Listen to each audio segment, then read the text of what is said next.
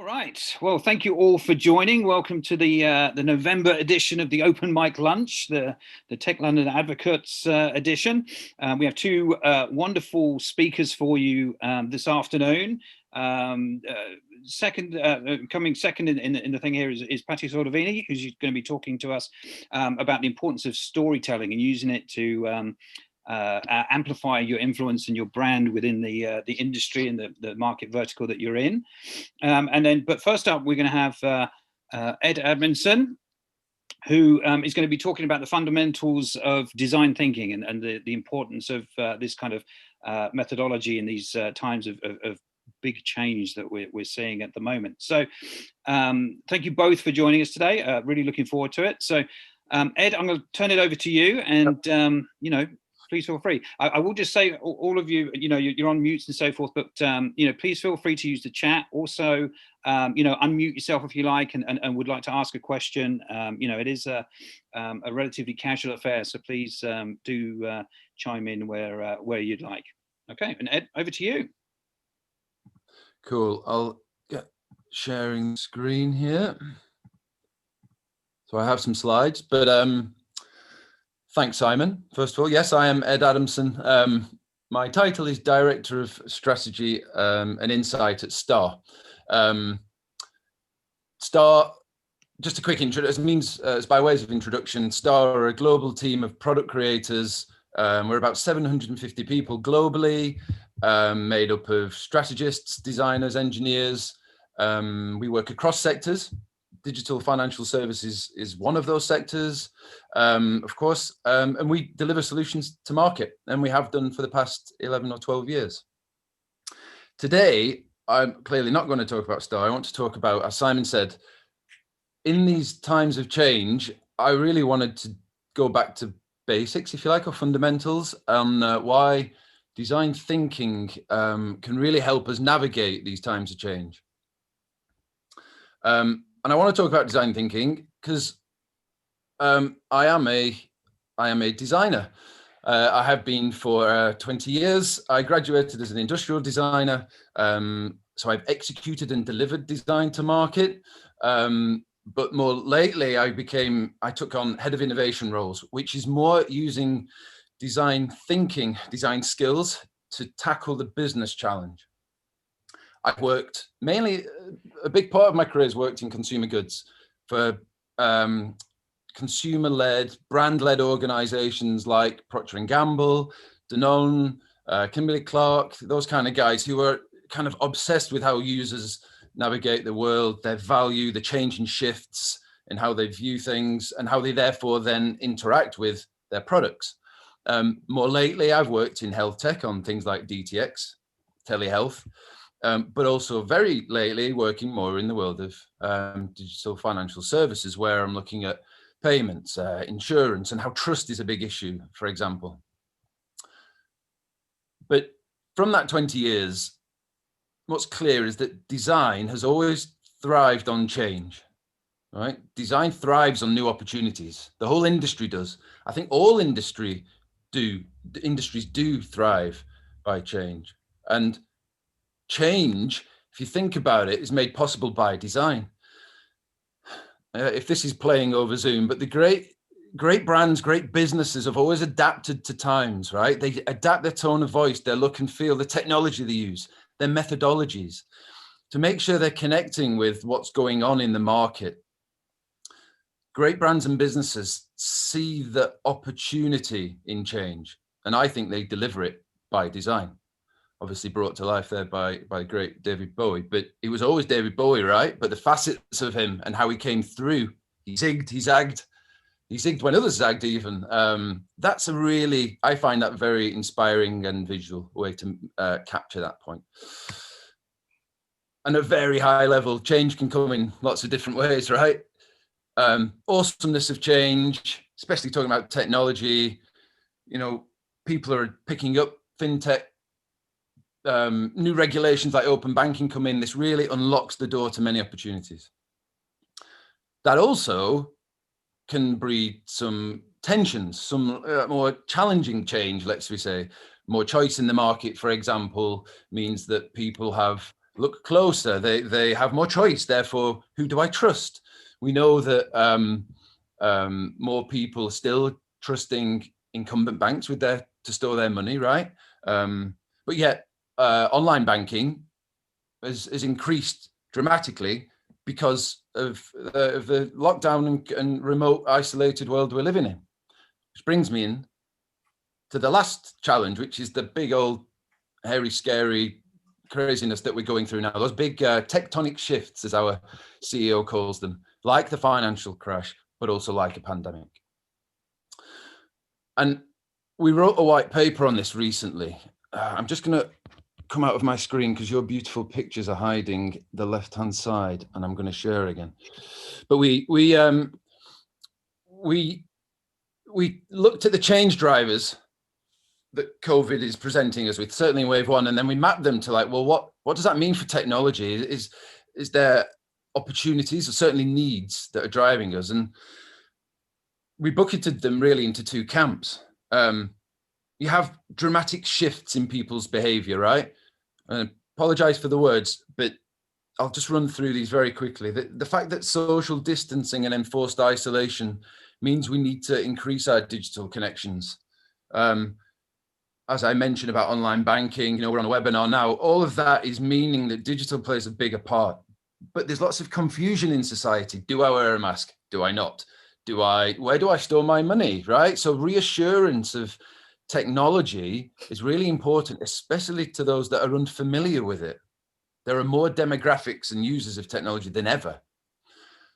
The third one on the list is about society's really looking at itself, and there's a desire to contribute and take responsibility more, from clapping the NHS workers. We've had Black Lives Matters movements.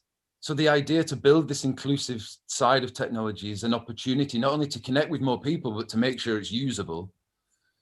What I think is really interesting is the last one, which is enforced behavior change. There's a huge amount of unique data streams that would never have been captured.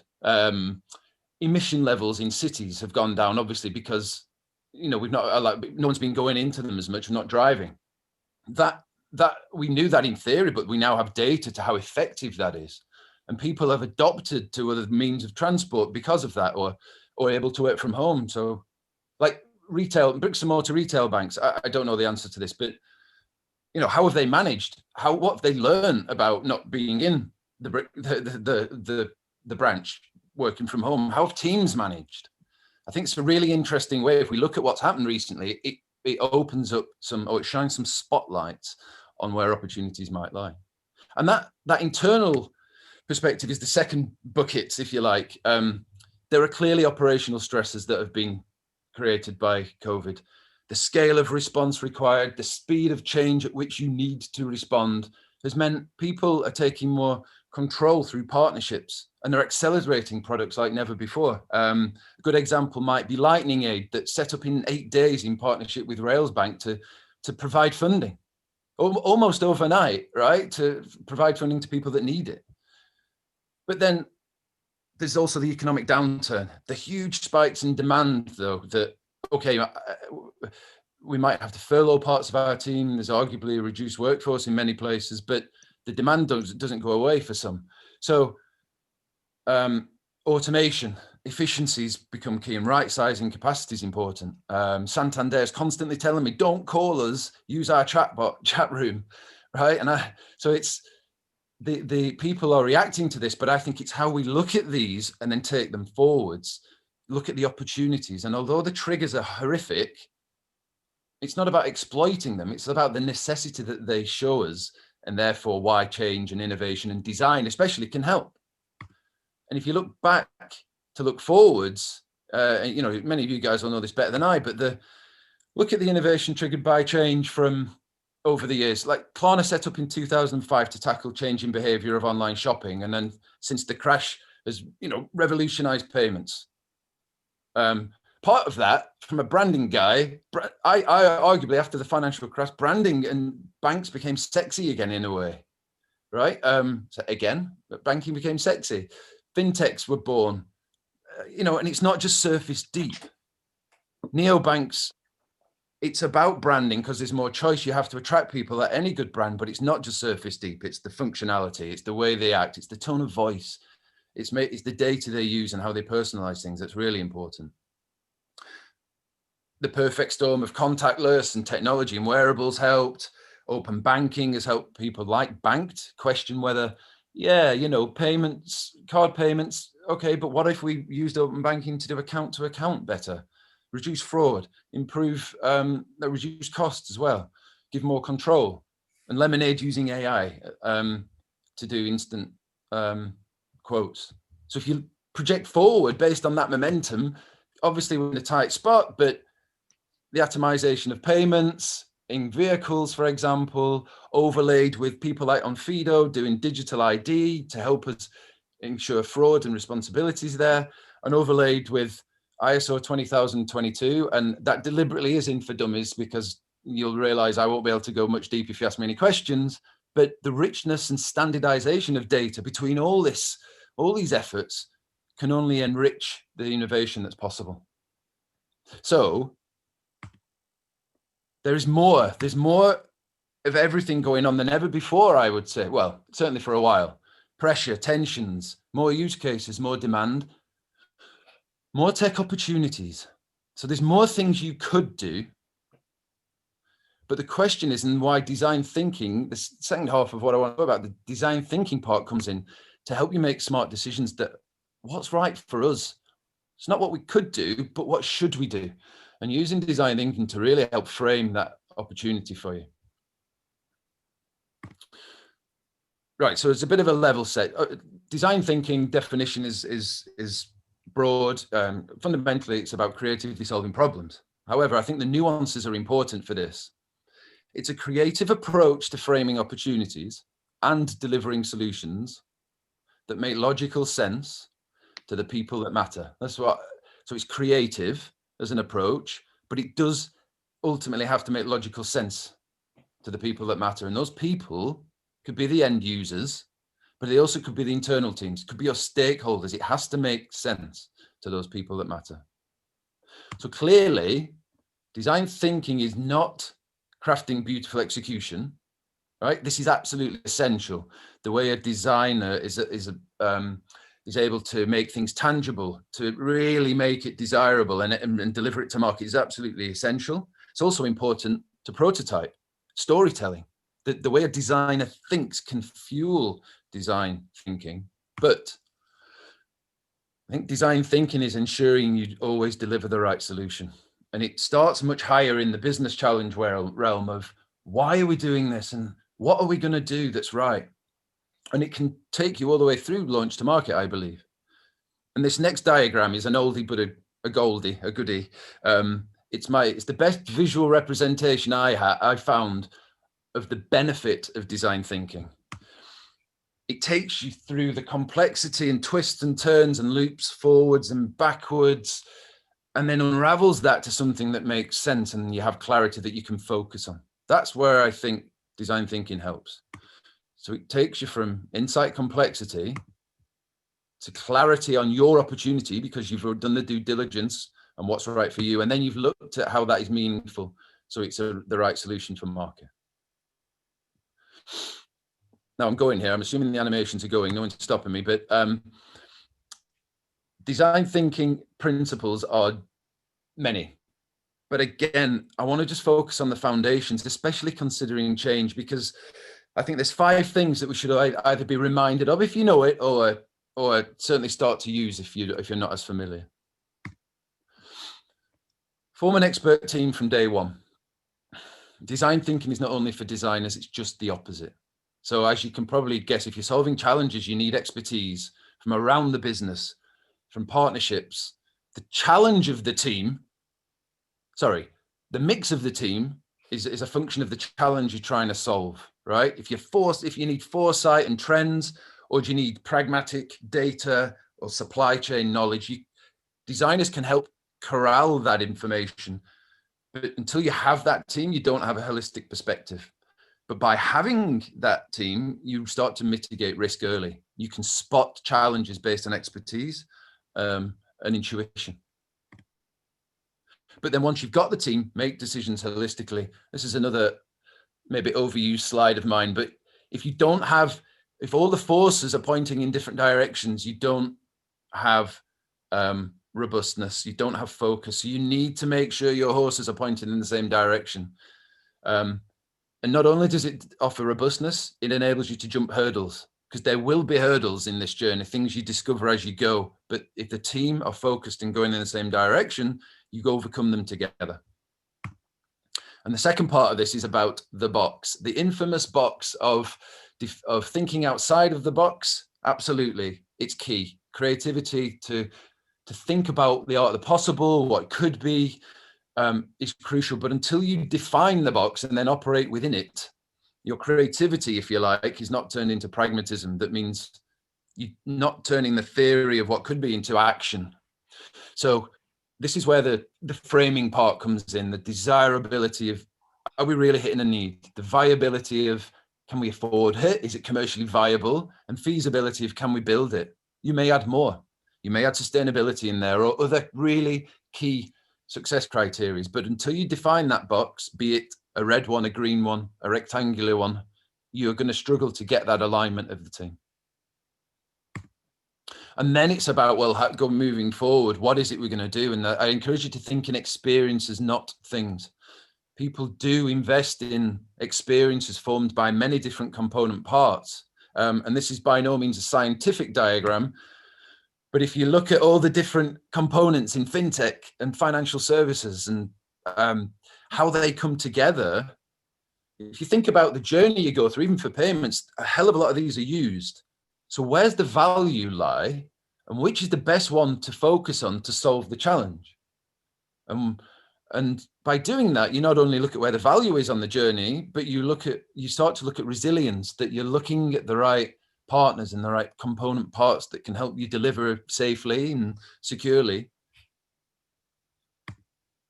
But then to analyze that, you need to use all three of your brains. Metaphorically speaking, we have three brains, but fundamentally, user empathy, or actually empathy for people, whether that's the internal team or the end user, is key, because it means you have meaningful interactions. So again, at a very high level, obviously we have a rational brain. What do you want functionally? What do you want to achieve? What's the efficacy? It's organized, it's automatic. But then you have the emotional brain, which is about what you want to feel like. How do we want a user to react? Spontaneous and reactive. But the last one I think is super interesting, which is our intuitive brain.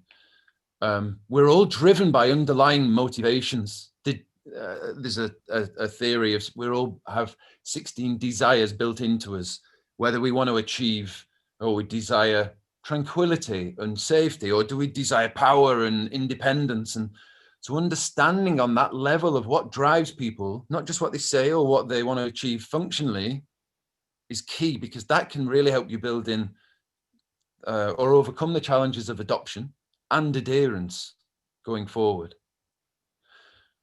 And the last step is about basically validating. Don't assume. There's a lot of theory that goes on, and you need to get out there to test, learn, and iterate. Prototyping, and this is where design skills really come in to help. But how do users' context, how do people's context affect their access to your tech, maybe, or their motivation to use it? Being on a tube versus holding the baby, being in an office, being on the street, their ability to interact might change. So to really validate, look at how people use it, but in context, because it means you're more agile, you're learning on things quickly, but you're efficient, so you overcome hurdles quicker, but it ultimately validates your thinking. It ultimately validates whether this is the right opportunity and that your vision and your plan forward is the right one. Now, I realize I went through that quite quickly, and I know there's a time here, but those 5 fundamentals, whether you know them, hopefully it's a reminder, and if not, hopefully that was insightful. The last slide, though, is why, the benefit. Because I think if you value people in the way that design thinking does, they will provide value back to you. Right? And all you have to do is look left and right of your sector. So again, I've worked across many sectors, but if you look at from a people perspective in terms of an end user, and you want to, if you build an intuitive usage and delightful experiences that resonate, you will drive adoption. Like, just look at adoption of fintech. We all want it to be higher, of course, and it's growing, but look at the way those guys have done it, by thinking about the user first. Delightful experiences that increase engagement. I always use Lego. A brick for 60, 70 years has been the same, but the experience around it keeps you engaged, and the resonance that you get from people like Nike who build communities, that retains users. So be inspired left and right to you, but also not just externally, but internally. If it can drive, this process can drive efficiency, speed, and a transformative mindset. And it can therefore help you reduce overheads, keep you fresh, and capture opportunities like some of the guys there, like I mentioned Lightning Aid, but Uber transforming the market on basically how to organize a whole team of people. So if you believe that change, any type of change, it breeds opportunity, design can help you harness those opportunities and bring them to market, I guess, bring them to fruition. And that's where I'm going to end. Excellent, Ed. Thank you very much indeed. That was fantastic. And then let me a couple of quick questions, and then we'll jump straight on to Patti. Excellent insights. Thank you very much. Just the one question from me, I suppose. I love the fact that you're discussing about the importance of building a cross kind of skill set team within a company to go with this. I'm assuming this kind of work and this kind of insight gathering, I suppose, could obviously touch many different verticals within a large corporation and have a lot of differences to products and technologies and so forth. So is building that team the key to get buy-in across all of those different sectors within a company, or I think so. Well, yes, it's key to making sure that your story is robust when you do take it to those other sectors, for sure, right? That you've had, I think, I mentioned empathy, but if you need to get buy-in from people, the key is having empathy for what they want, right? Otherwise, you're never going to get buy-in. You're shooting in the dark until you understand their needs. So yeah, absolutely, getting buy-in, but also I think bringing them on the journeys is equally as important, because I imagine if you want to get buy-in from them, they have a role to play, right? And that role to play is important. Doesn't mean they have to be at every step. I often describe a process as you have like drivers of the process. That's like, it's almost like the core team. And then you have like expert travelers, if you use the analogy, that go on this journey with you. They don't have to be on the bus every step of the way, but they are experts that you will need and to keep informed. So yeah, absolutely. Excellent. Very good. Very good. Well, Ed, we'll jump back on the Q&As at the end of this event. Thank you so much indeed. And then Patti, we're almost halfway through, so we'll jump on for you if you can share your screen.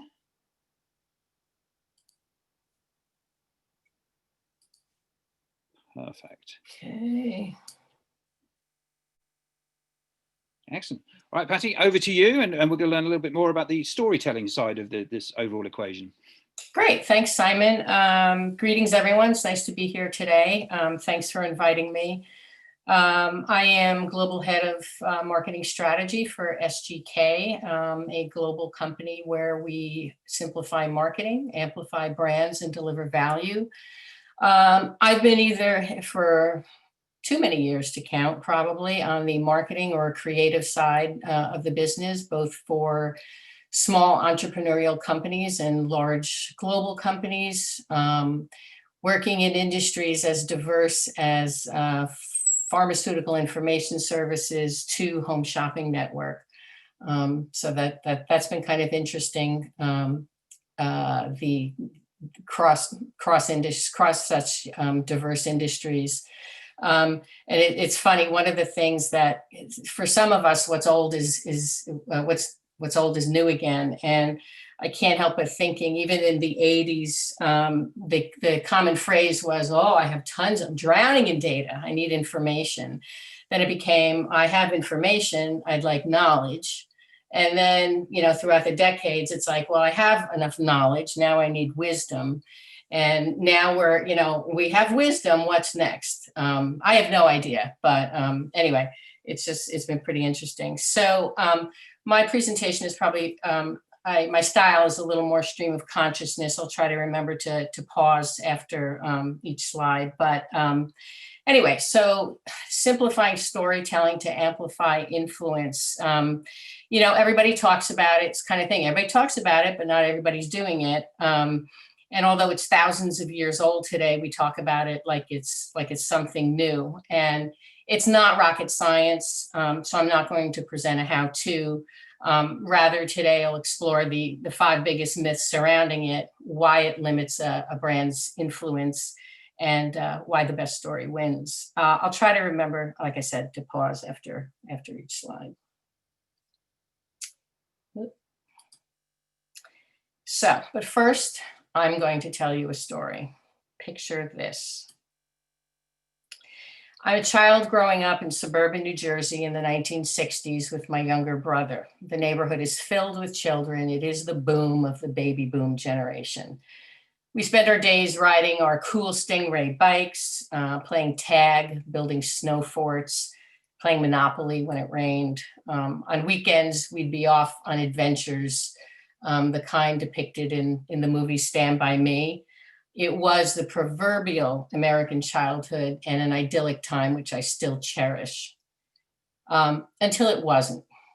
I didn't know my mother was very ill until it became very noticeable. The ambulance making routine trips to our house, my mother always in bed when she wasn't in the hospital, and her beautiful dark brown hair reduced to gray radiated tufts, and seizures a regular occurrence. The bathroom contained so many medications, it seemed like a pharmacy. So it was the start of a long battle, the nightmare of her battle with breast cancer. As a child, I started to become very anxious. I was afraid of what might happen each day. And I went from being a very carefree child to a very hypervigilant one. I was just 6 years old. The day of her funeral, I came home. I immediately changed into my play clothes. I charged out the front door. I left all the mourners in the house behind. I just wanted to escape. It was just 5 weeks before my 12th birthday. In the years following her death, I had trouble sleeping because I had horrific nightmares about her illness. I told no one. I internalized everything. There was no such thing as grief counseling then, and certainly even less for children. Now, fast forward about 15 years. I volunteered to do PR work for a local hospice. I interviewed an elderly gentleman who volunteered there, and he told me about his wife's battle with cancer, what the experience was like for him, and how the hospice had helped them both. I thanked him and I left. And then I was sobbing driving home the entire time. For the first time ever, I felt like someone had understood what I had gone through. And that night I had a dream, and curiously enough, for whatever reason, it was in black and white. In it, I was about 6 years old. My hand was nestled in my mother's, and as we cross the street, this woman approaches us. She ignores my mother and she looks directly at me and she exclaims, "I thought your mother was dead." And I smile brightly. I look right back at her and while beaming, reply, "Oh no, she's right here." And from that moment on, I never had another nightmare about my mother again. It was a transformative life experience and it shaped who I am today. So why share this personal story with you? To illustrate that the impact that emotional stories have on people. You may have been wondering where it was going, but I'll bet you kept listening to hear what came next, which is the fundamental power of storytelling. Now, I could have told you this story much more dispassionately, and for that I'd use facts and numbers, and you'd be much less likely to be moved by it. When you see these numbers and these facts by themselves, they might make you want to know the story, but by themselves, they're just data and information. It's rational, logical, clinical, and cold. If you open people's hearts first with a story, their minds usually follow. Once they're emotionally engaged, they're open to learning more about your company, your product, your solution. And the beauty of stories is that they are unique. They're not right or wrong. Told well, they're incredibly memorable and help differentiate you and your company from others. They are inherently powerful because listeners want to hear what comes next. So why is storytelling so important? Because ultimately, stories told well influence and persuade. The most powerful stories are built on authenticity, stories people can relate to. When people can relate to your story, you can influence them, no matter what you're selling or to whom you're selling to. Many people today still feel comfortable creating presentations and content that are filled with suffocating detail and a mind-numbing catalog of facts and data. Perhaps because data and mathematical science and left brain loving facts have always been endowed with a natural superiority over emotion. Well, I challenge that. It is nothing but an illusion. Facts and numbers may make the content creators feel comfortable, but they put the audience to sleep. And we all know that data can be manipulated to create the version of the truth that favors us, and certain facts eliminated to do the same. And this alleged natural superiority of data and facts is being challenged on the turf of social media today, where I'm sure, especially in America the last few weeks, no one can tell what a fact is anymore. Looking at it another way, facts and numbers create only an illusion, an illusion of authority. Actually, they serve to invite challenge, because what happens, people look to poke holes in your numbers, in your facts, and to commoditize you against others. Stories don't invite challenge. They engage people and they invite acceptance. This is how they influence and persuade. What is a story not? It's not what some would call hype. Hype is an exaggeration. Storytelling is rooted in authenticity. And here's two great examples, both coincidentally from global giant P&G. On the left, you have The Look, which uses historical references and contemporary stories to highlight the bias that Black men experience in America. What you see, it's a typical morning in the life of the Black man and the look that he routinely gets from others throughout his day. The look of fear, the look from white people that says, what are you doing here? You don't belong here. And at the end of the story, you see this man enter a courtroom as the judge. On the right, the story builds empathy, prompts personal reflection, it challenges perspective, and it brings people together for conversation. This is, of course, far more powerful than clubbing people over the head repeatedly with facts about racial inequality. And on the right, the story from P&G's Dove brand, which ignited a global conversation about the need for a wider definition of beauty after a study proved that such definition of female beauty was limiting and unattainable.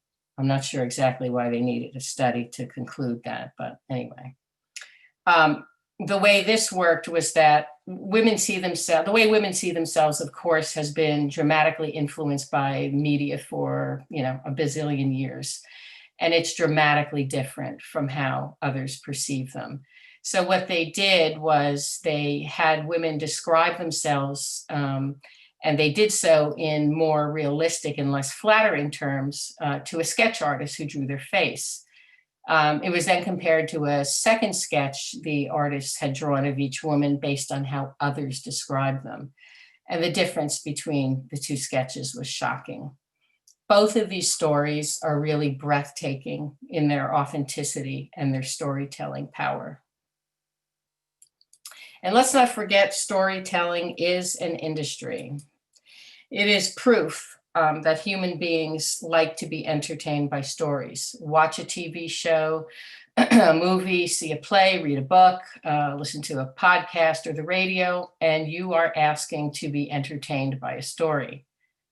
Stories are part of our everyday lives. We share humorous stories over a pint of Guinness with our mates at the pub. We share stories of profound struggles with others experiencing the same pain. We share stories with our children to teach them, with our family over holiday dinners. We share our frustrations as consumers with companies online. We share stories to inspire others to overcome challenges. And we share stories with clients that envision a better future for them. So rather than walk you through the fundamentals of storytelling, as I mentioned, because if you Google it, you'll find something like 9,740,000 results, I'm going to address the 5 big myths of storytelling, because I believe fundamentally that's why some companies are still slow to adopt it. Myth number 1, logic is more influential than emotion. If that were true, Martin Luther King Jr. would have stood before millions of people at the Washington Monument and declared that he had a plan and not a dream. And if logic were more influential than emotion, then just repeating facts about climate change would help reverse it. It's only the moral clarity brought to the issue by a 17-year-old that is changing minds, because it's changing hearts first. And if this were true, if logic were more influential than emotion, Sir Winston Churchill would have just lifted the spirits of an entire British nation with figures and numbers and data about loss, instead of his evocative finest hour speech, which imagined a victorious British Empire and its Commonwealth. And you know what? Any intelligent person can report the facts, make lists, and draw conclusions. It's not that difficult, but it doesn't influence change by itself. Turn it into a story, use one that speaks to people's hearts to inspire action. That's how you influence change. Myth number 2, data are more objective than stories. Well, yes and no. Maybe raw data is objective, but once you start manipulating the expression of it, it's often no longer objective. And objectivity doesn't win hearts.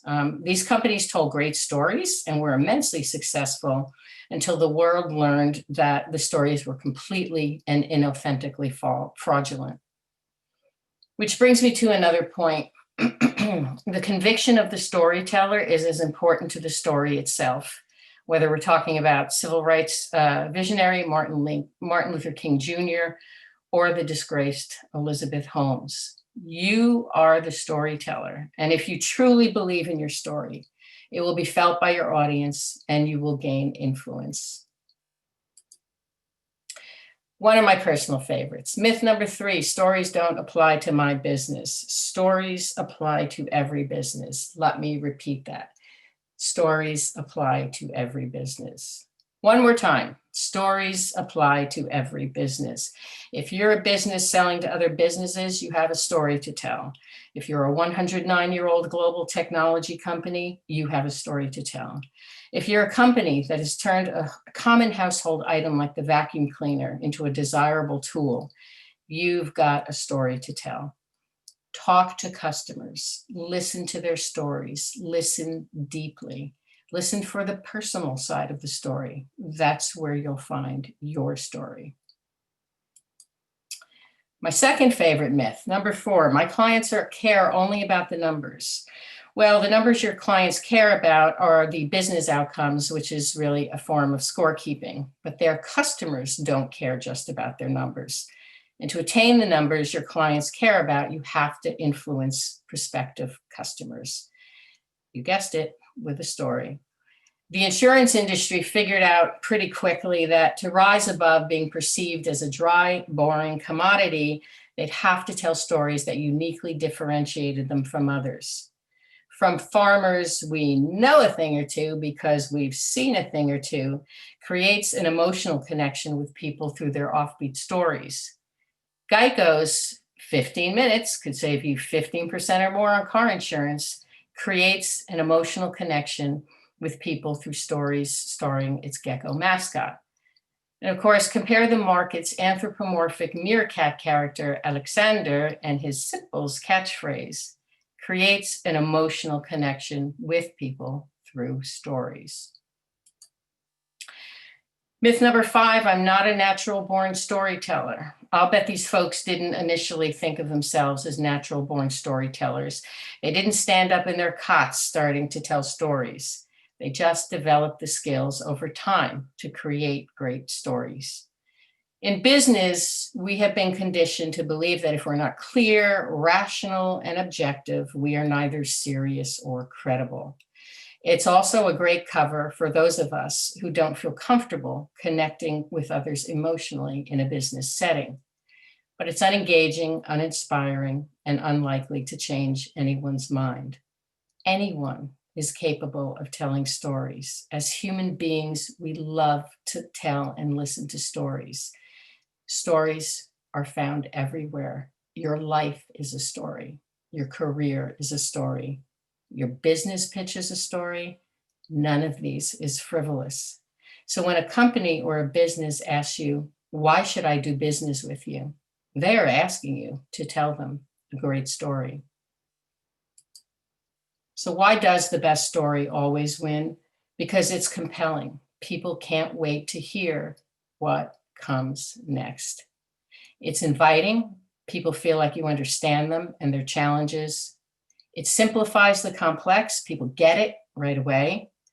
It ignites enthusiasm. People then become open to new ways of thinking and acting. And it's memorable and helps you stand out above all the others. And stories can be long or they can be very short, but they have to be compelling. They either have to contain a razor-sharp insight or be hugely entertaining. One of the most compelling stories, I think, ever told in business was when Steve Jobs tried to actually persuaded John Sculley to join them at Apple with a simple question that was essentially a very short, forward-looking story. John, do you want to sell sugar water for the rest of your life, or do you want to come with me and change the world?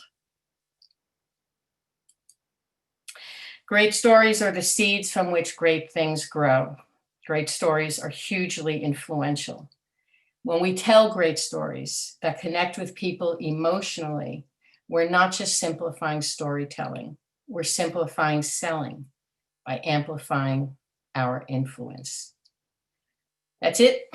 That's my story. Thank you for your time. I hope you enjoyed my story today. That was fantastic, Patti. Thank you very much indeed. Certainly did. And both of you, really driving home the importance of engaging emotionally over data. I mean, it's fantastic. But I suppose, and you kind of touched on it on a couple of issues about talking to your customers, but really, how do you learn a story? It's got to be whether you're a startup or a large corporation, defining that story. Where do you start? Is it really just a case of understanding what resonates with your customer base? I think that's a great question, Simon. I think, of course, it's harder today than it has been in the past for lots of reasons. One that Ed touched on, that there's a unfathomable level of choice today. On some level, you might argue that almost everything is a commodity, and therefore certainly branding is more important. Identifying your story, I think, beyond the traditional or not traditional sense, but obviously in doing your homework and doing your research, and finding a way to do that really quickly because everything changes overnight. I think we're all, I call it today, I guess, hyper-tasking. We're all hyper-tasked with a million things to do. And sometimes it becomes very difficult to narrow your focus and know what to pay attention to. But I really think, you're not going to get all the answers in research. And, some people have famously said that that's great. It's like looking in a rearview mirror. But I think the form of interaction and engagement with clients has to be deeper, or to really get to the, to figure out what resonates with them, what's important to them, and why. Why is it important? And then to really keep asking, and to just get a much deeper understanding. And that's hard today. Sorry, yeah, it's definitely. I can understand that. With multiple channels and especially if you're a large company with a large product suite through different demographics and so forth to drive that through. But it's certainly a key thing. Do you foresee that this story can be told in today's markets? Because you've got so many different channels that are available to you, and clearly, I would guess that storytelling is probably better suited to some channels than others. I don't know if I would agree with that. I think how the story might be expressed would be different. I also think that maybe, we're at a stage where, so the internet happened, social media happened, and it's like every day there's a new channel, right?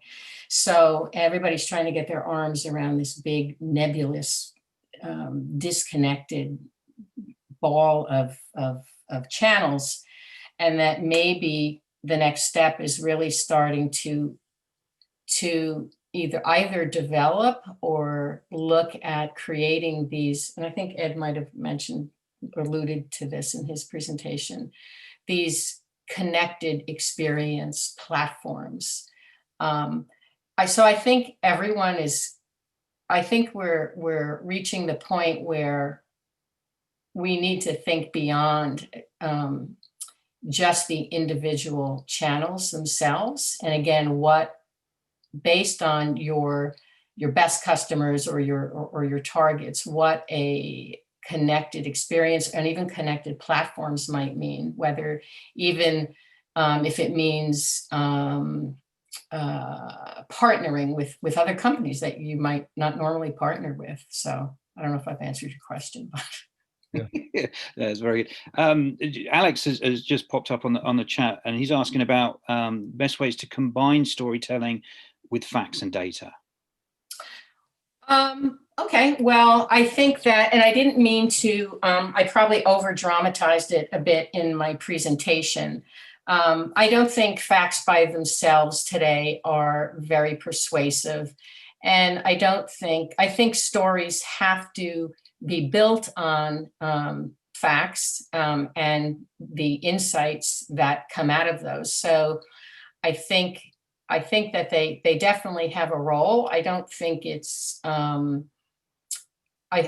think it's something you just weave into the story, but so it contains, and I think Ed also had this in his presentation too, it's both those things welded together. But I think the story is the thing that opens people's minds so that they open their hearts so that their minds become open, and then they're ready to or accepting to digest data and more logical sorts of facts. Yeah. Thank you. All right. Very good. Sorry?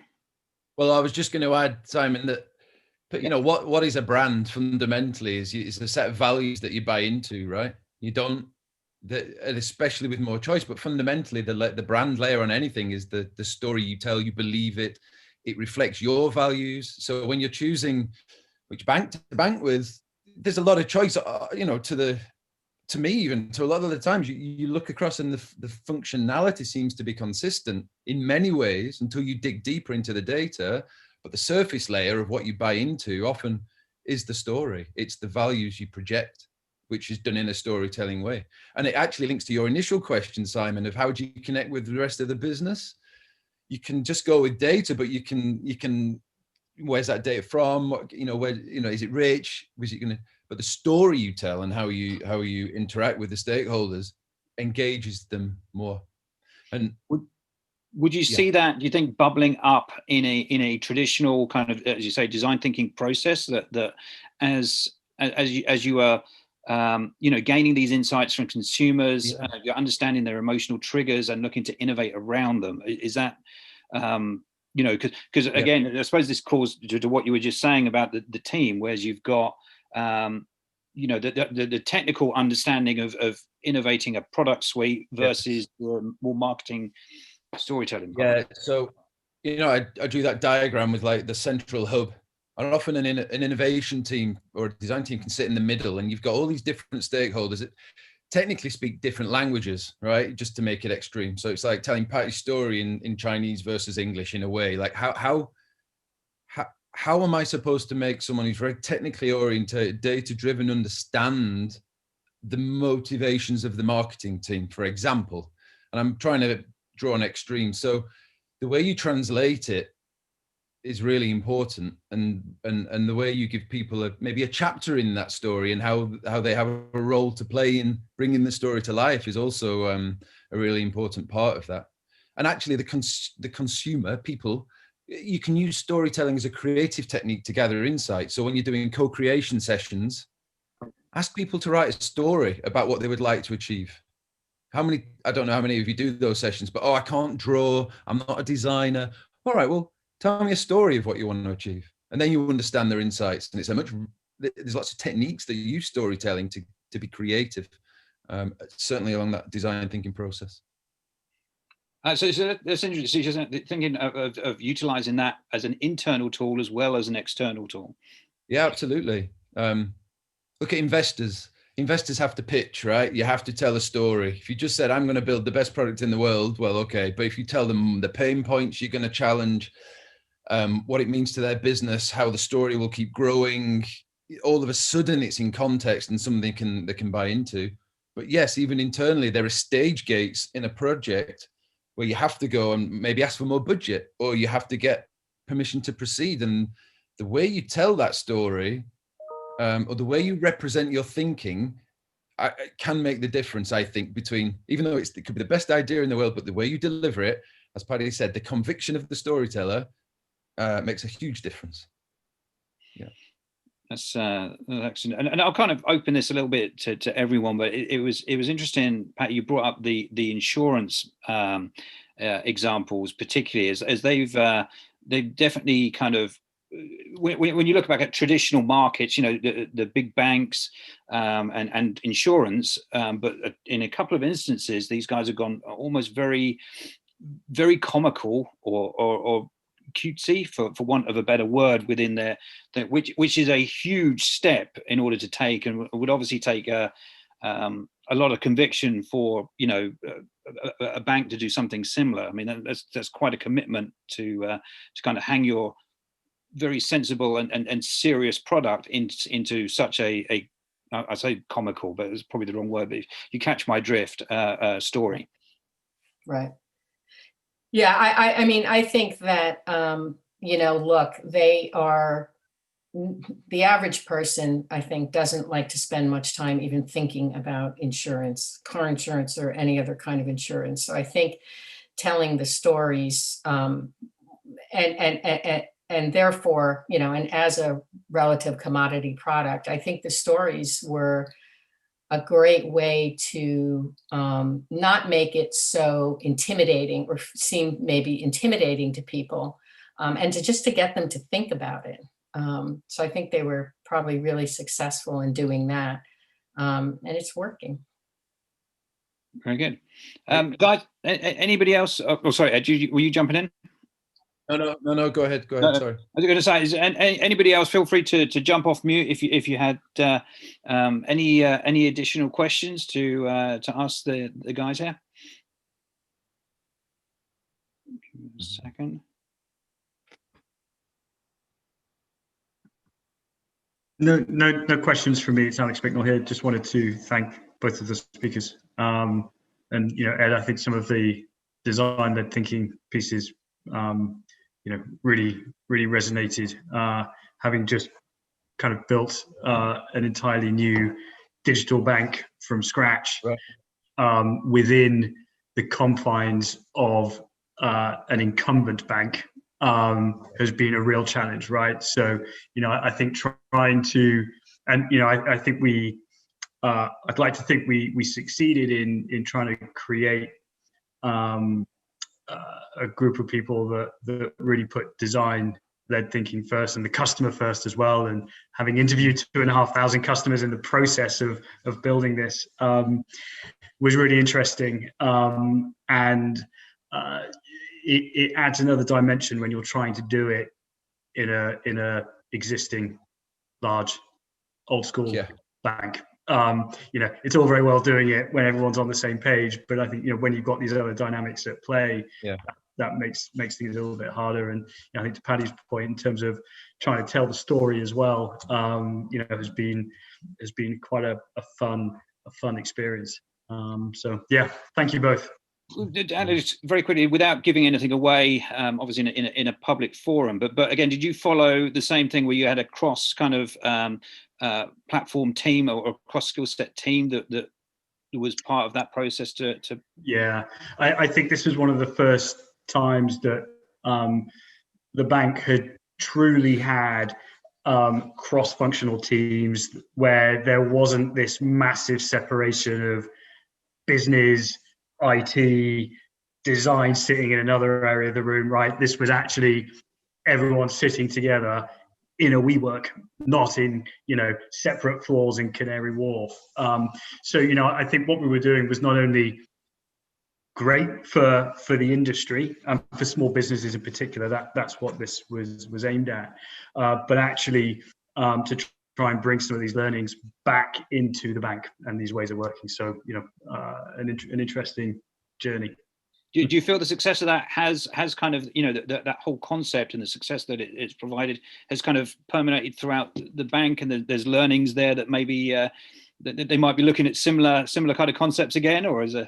Yeah, absolutely. But it doesn't happen overnight, right? And, at times you feel you're banging your head against the proverbial wall.